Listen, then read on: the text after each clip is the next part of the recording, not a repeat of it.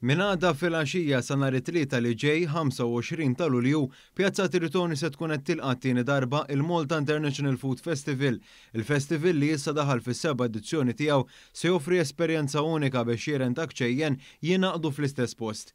Fil-fatt aktar ma' mit kumpanija se jkunu qegħdin jesebixxu x-xogħol tagħhom fosthom imprendituri, produtturi u importaturi lokali kif spjega l-organizzatur tal-festival Jonathan Paċ. Però apparti minn hekk tajjeb li ngħidu wkoll li l-imprenditori mill-sezzjoni tal-ikel u x-xorb għandna il-fuq minn 100 kumpanija total li qegħdin jesibixxu ruhom ġewwa din il-pjattaforma biex igawdi wkoll mhux it-turist u l-Malti li ħajġu għal din l-esperjenza imma qed igawdu wkoll il-businesses ġewwa f'Malta biex ikomplu jippromovu il-prodott tagħhom kemm f'Malta kif ukoll possibilment li jħolqu l-opportunità internazzjonali. Aspett partikolari tal-festival u li l-viżitaturi se jkunu jistgħu jesperjenzaw ikel minn 42 kċina differenti organizzati minn madwar 50 kumpanija differenti.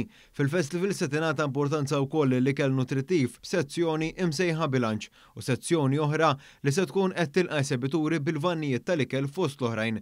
L-Awtorità Maltija għat-Turiżmu l-MTA qed toffri l-appoġġ tagħha għal din l-inizjattiva.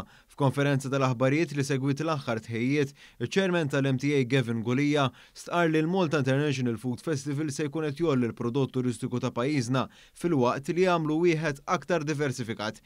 Il-festival se jibda mis-6 ta' filgħaxija u kull persuna tal-fuq minn 12-il sena tħallas €2 għadħul.